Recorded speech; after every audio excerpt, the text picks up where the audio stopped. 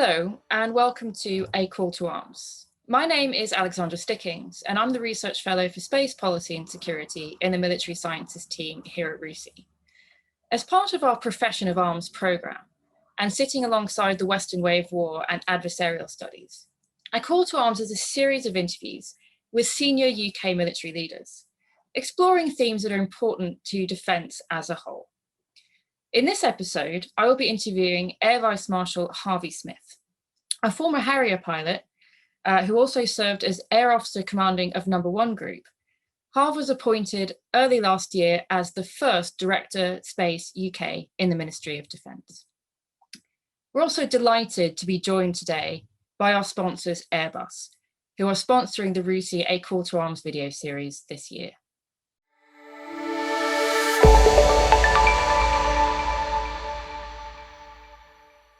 Well, welcome everyone to A Call to Arms. I'm delighted to be joined by Air Vice Marshal Harvey Smyth, Director of Space for the Ministry of Defence. Harv, thank you so much for joining me today. I want to start out because it's actually coming up to a year, isn't it, since you were appointed into this role, and I just thought it'd be interesting to hear, what are your reflections after your first year? Yeah, thanks, Ali, and firstly, just thanks for the opportunity. It's great to have these discussions, especially using RUSI as the platform. Is brilliant. So yeah, almost a year in. Firstly, my first reflection is, where did that time go? It's kind of flown by, which is a fairly good reflection of just how busy the year has been. I guess I had this, as you know, quite a unique starting point, because it was effectively a blank sheet of paper.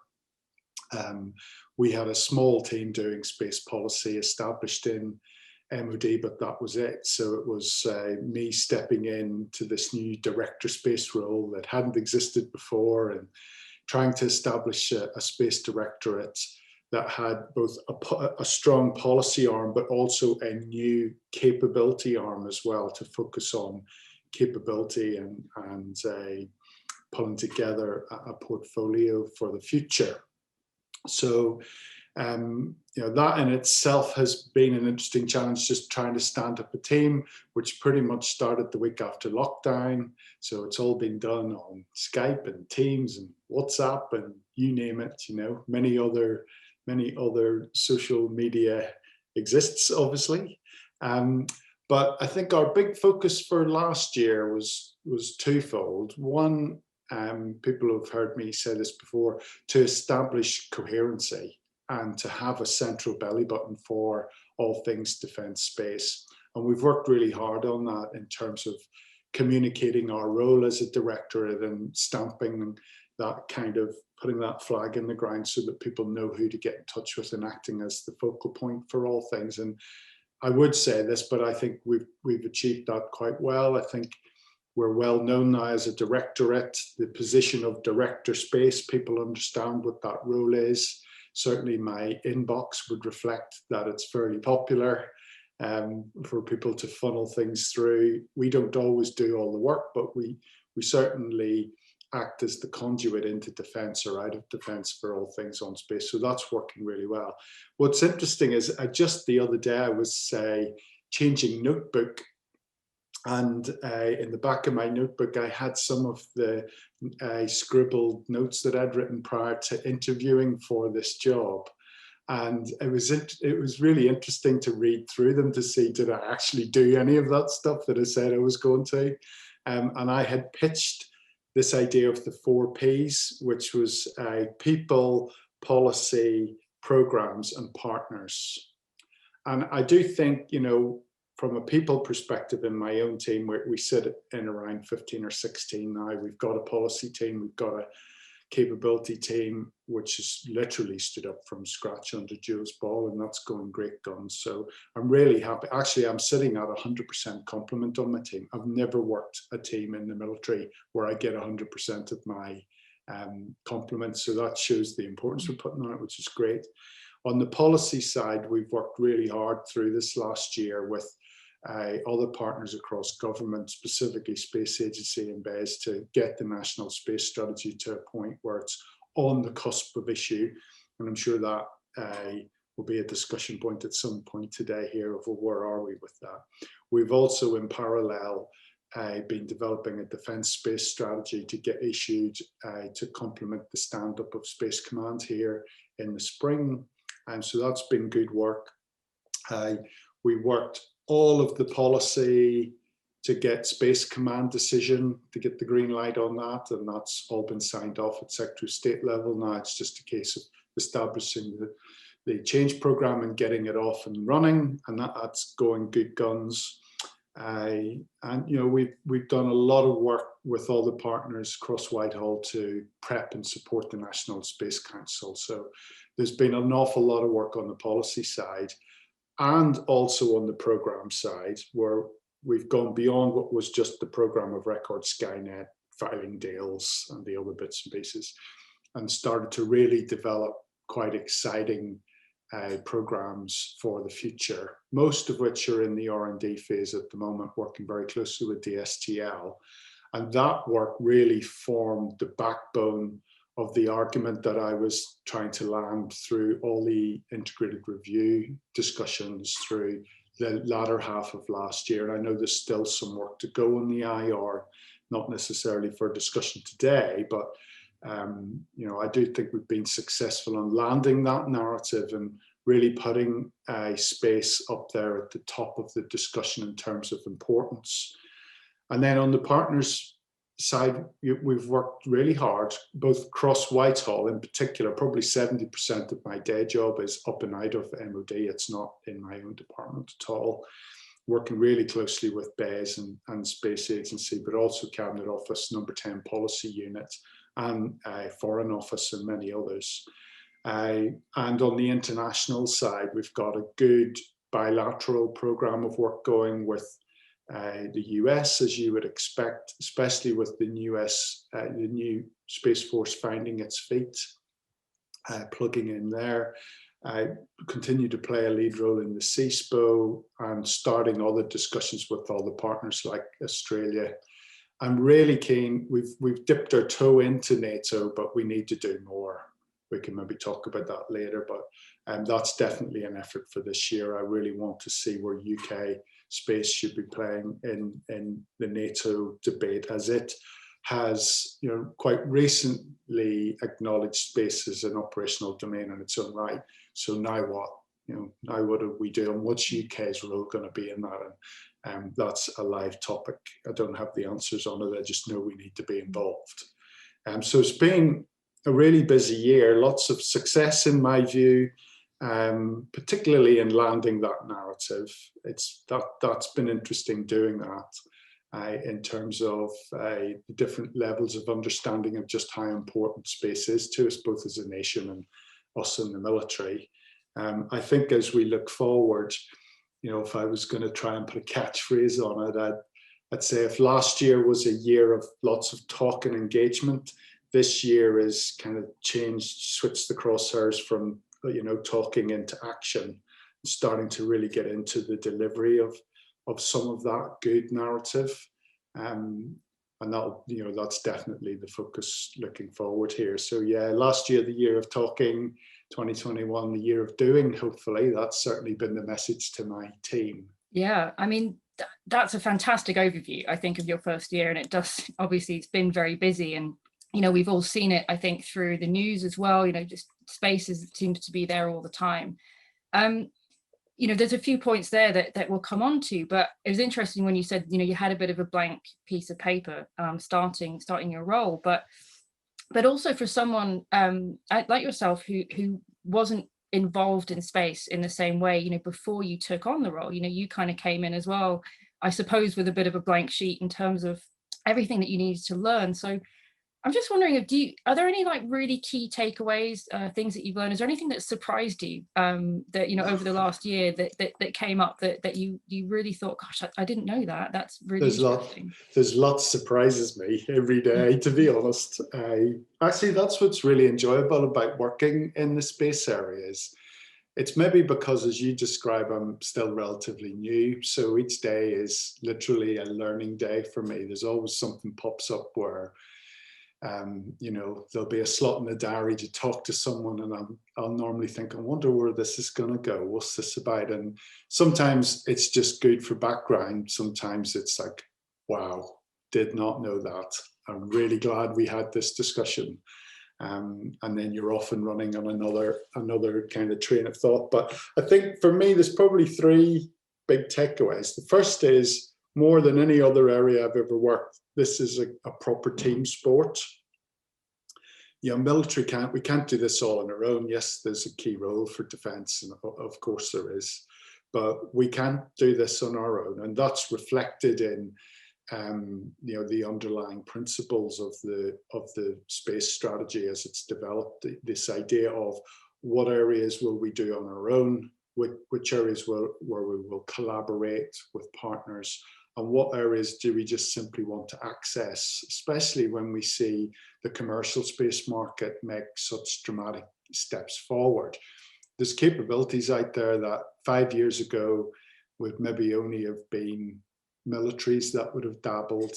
Now we're seeing commercial markets, you know, to develop and deliver capability that rivals what you could do in the military. So, you know, I'm thinking of some companies that are doing, you know, small sats from LEO doing gathering of ELINT and SIGINT at sea and in the open, you know, and selling it on the open market type thing. So this is definitely a team sport in terms of a space enterprise, and it needs to be delivered under the umbrella of a coherent national strategy. Yes, we're developing a defence strategy just to put a bit of meat on the bones of that through the pure lens of the military, but this idea of a national strategy for a national effort to deliver a national space program, and that's bigger than just us in MOD as a department, and it touches pretty much every department, which kind of leads into my second point, I think, is one on education. And what's been, you know, your question there, is there anything surprised me? And I am, even today, you know, probably on a weekly basis, surprised when I meet some people that I would have thought really understood the importance of this, and actually they don't necessarily understand that. That's not through any fault of their own. It's because we're not maybe doing a good enough job of educating our people, and that's from the public understanding that, you know, without space-based capability, you know, a hole in the wall doesn't work for your money, through to very senior leadership in government understanding how critical space-based capability like PNT, etc., is to their part of a national infrastructure. So I think there's more to be done with regards to just educating the masses when it comes to space. And a lot of this plays to things like our focus on STEM as a nation, getting kids interested in science, etc., etc. But there is also more to be done in terms of just giving our senior leaders and senior decision makers enough of an understanding that they can make the right choices, or certainly ask the right questions, which is probably more appropriate.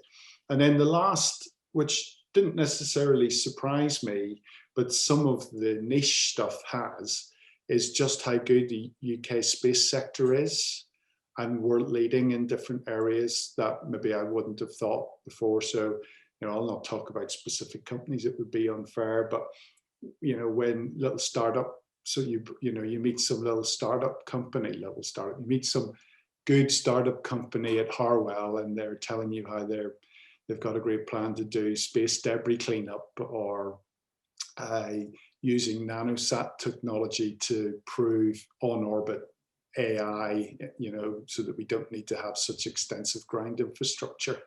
And it's brilliant. So there's so much out there. You know, the key is harnessing it, which kind of links back to, you know, my point about why this is, it needs to be a national endeavor, and it's a team sport delivered in that way, which makes it really hard. And that's the truth of it. And we shouldn't shy away from that. It just makes it really quite hard work, because there's so many moving parts. It's complicated and it's complex, and making sure that it's all done in a coordinated and collaborative way, especially when you end up in quirky positions like we find ourselves at the moment with MOD that's just, being fortunate to get a multi-year settlement out of a spending review, which is brilliant, but then working closely with colleagues in BES on the civil side who've only got a single annual year budget. That makes it complicated when we're trying to move forward, maybe looking at dual use programs or ideas that we can do collaboratively in the future. I might be able or be willing to take a bit of more of a forward stance because I know what my financial profile looks like for 4 years hence. And they're less keen to do that because of the unknown and the commitment to something that they don't necessarily have the money for yet. So it is complex and complicated, but it's a team sport and it's all about the collaboration, which is why I spend all day on Zoom and the likes, but it's good. Yeah, absolutely. And I think, your 3 points, I think really do really well to cover, the complexity of it and why it can be so difficult, I think, to grasp the whole space ecosystem and what it is we're trying to do. And I think that, so many people have been pleased to see the moves that the UK has been taking to create more collaboration and that coherency to actually play as a state, as on the bigger stage. I want to come back a bit, just moving on from that and sort of linking it into what you mentioned about NATO. As you said, NATO is now declared space to be an operational domain, and as a result, there are so many questions about where does NATO go now in terms of using assets and integration and all that.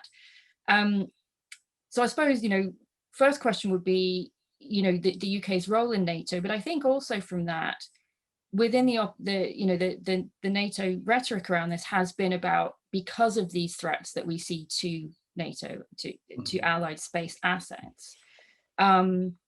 So what do you see, having spent the year doing this now and having learned what you have, what do you see as those main threats? Where do you think that focus should lie? Yeah, it's a good question. Actually, I keep telling my team, when we have these discussions, maybe it's the military person in me, let's start with the threats and we'll work back from there.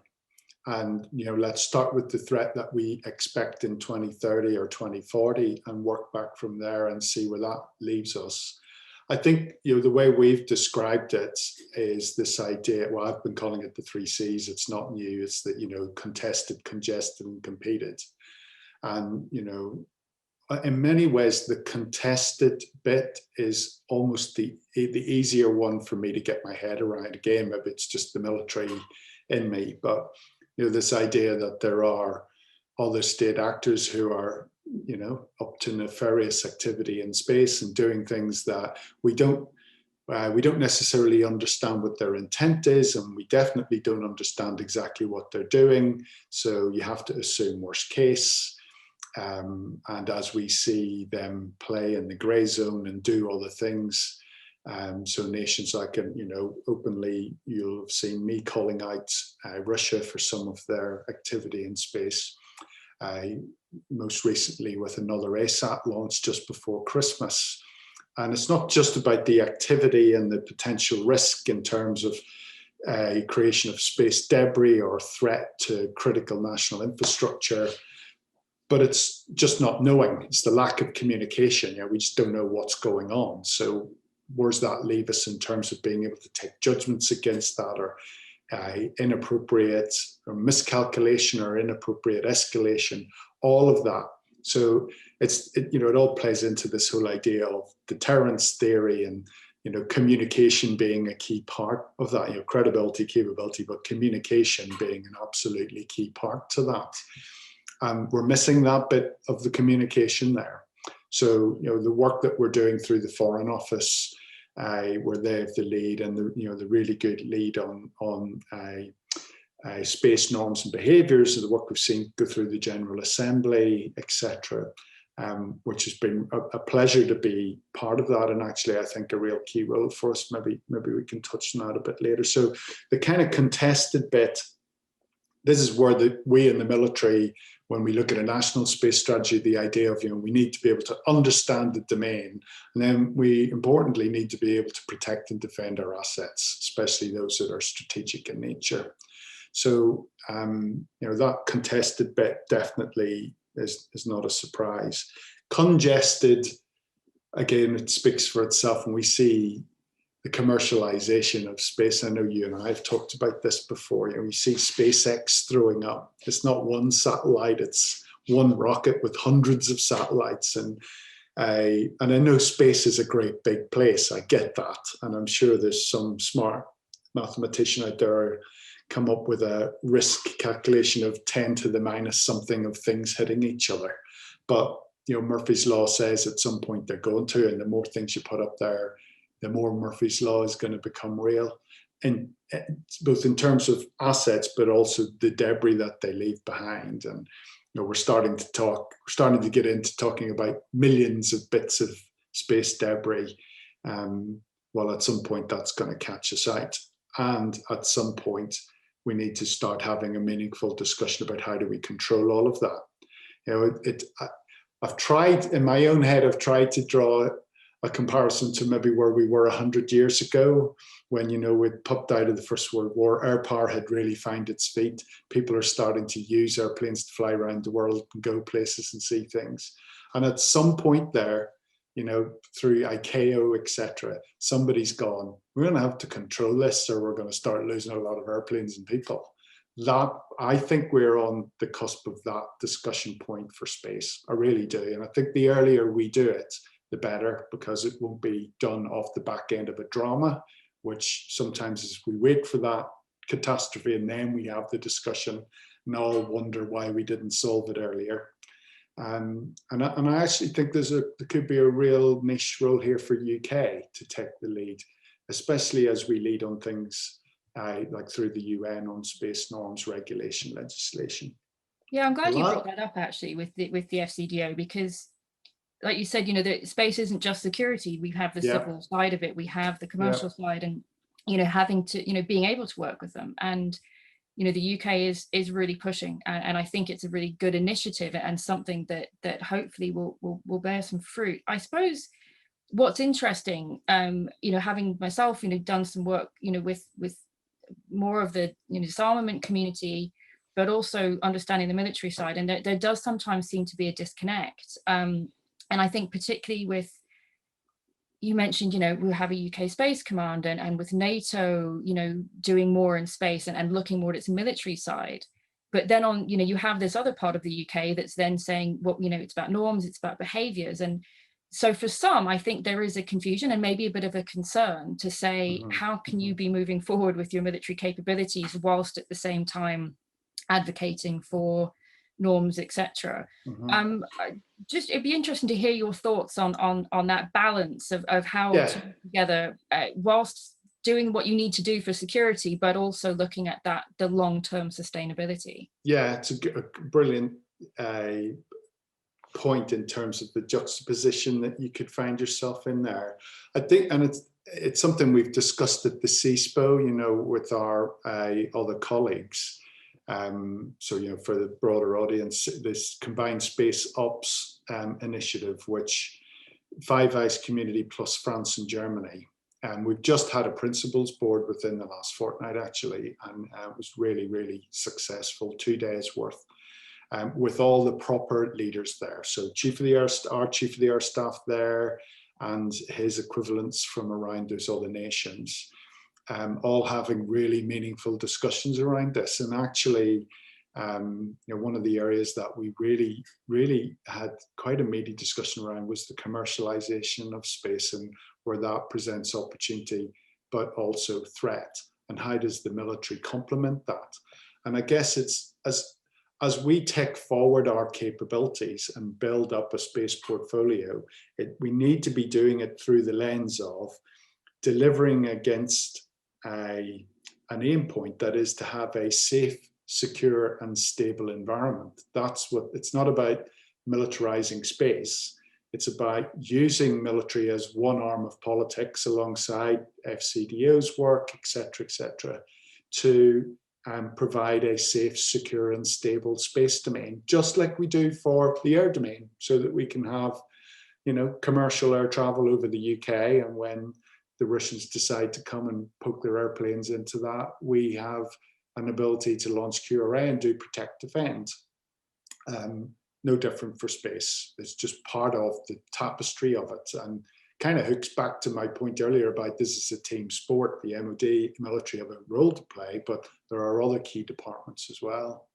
So Yeah, and yeah, I I think, can go ahead. Sorry. I think that you know, it's so interesting there about, you know, the different understandings. You know, some people coming from different perspectives, and I think it links back really well to the point you made about education.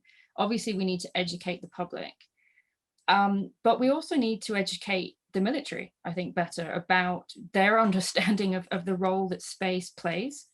It's only going to get bigger. You know, everyone's jobs are dependent in some way. And then you have this really complex environment with various threats and the partnerships and all of that. So I think a question that I'd like to finish up with would be, from your perspective, how can all military personnel, not just those working directly involved in space, but how can they engage better with the theme? How can they broaden their understanding so that space, they have the understanding as they go forward in their careers, no matter, you know, which part of the military they're working in? Yeah, I agree with that. You know, we still have more work to do on the professionalization of it. So, you know, those that are going to go and work in Space Command at the moment, honestly, we're pretty much reliant on going to use US space courses, you know, the Space 100, 200, 300 series. We are doing some courses at the Air and Space Warfare Center, but we rely on our US colleagues to support. So that still needs more work, just the professionalization of our people who work in space as a job. Your question about the broader, how does everybody get a broader working knowledge of this, is well made. I think, you know, we need to be starting at the grassroots. So when you're at Sandhurst, Dartmouth, Cranwell, joining or your equivalents in the other ranks, you know, part of that training is no different than you spend a day talking about why the Royal Air Force and the provision of air power is important to a soldier. As a soldier goes through training, we need to inculcate space in the same way. You know, there's a brilliant picture from Afghanistan, and I remember someone playing it back to me, saying, you know, this is what warfighting's all about. And you'll have seen it. It's a soldier stood, dusty environment, mud wall behind, on one knee in all the gear, with, you know, holding his rifle like this with the bayonet on top on the radio, about to do a compound, go in and attack a compound. And you can sense, you know, this is proper visceral hand-to-hand fighting. But on his wrist is a great big Garmin, which is obviously linked to space. And they've ended up at that point in that time ready for HR, exactly coordinated, because they're linked to space, even though they've got bayonets fixed to the rifles. And it's this idea of, that's why it's important to you as a soldier, just as it is to some youngsters about to start their first tour in the Space Ops Center and control some satellites. So trying to get it inculcated to all levels, and I would go for the little and often, as opposed to go and do one course when you're 20 and then we'll never see you again. And I think the opportunities are there through a person's career, because as you well know, we dip in and out of professional military education every couple of years, doing certain courses. And I think with a simple tweak of the syllabus and this, you know, various syllabi, you could be getting that top up. And it's not much, just a drip feed as you go through, so that you at least, you know the language and you understand why it's important. We've made some inroads there already. A lot of this we're doing bottom up, and it needs to be as much top down and pulled from the seniors, which hooks back to my point from before of making sure our seniors understand why this is important. And instead of an hour and a half of drill, you're going to do an hour, and then you're going to do 30 minutes in the classroom talking about what capabilities you get from low Earth orbit and what that means. And I think just it'll take us a couple of years to just settle that, but I'm very confident that we'll get there. Very confident. Yeah, there's certainly a lot of work to do, but obviously, you know, with your role now and with the space director and with the space command, that will, you know, it certainly shows a recognition, but also will hopefully help get the ball rolling, that more and more will see, oh wait, there's a lot going on here. Maybe we need to find out, you know, a bit more about it. You know, we could go on for hours because there's so much to discuss, but we are unfortunately out of time. Thank you so much for joining me for this. I think, You're welcome. you know, at this stage, just to give that really good overview of why space is important and what we're doing has been great. Really looking forward to seeing what's going to happen over the next couple of years. As you said, you know, we've had a year of thinking, that let's now get on to the doing. So I think for all of those who watch space, this is going to be a really, really interesting year, and I'm, you know, wishing you all the luck with all the work that you have ahead of you. Thanks very much. Thank you so much again for joining me today. Thanks, Ali. Thank you.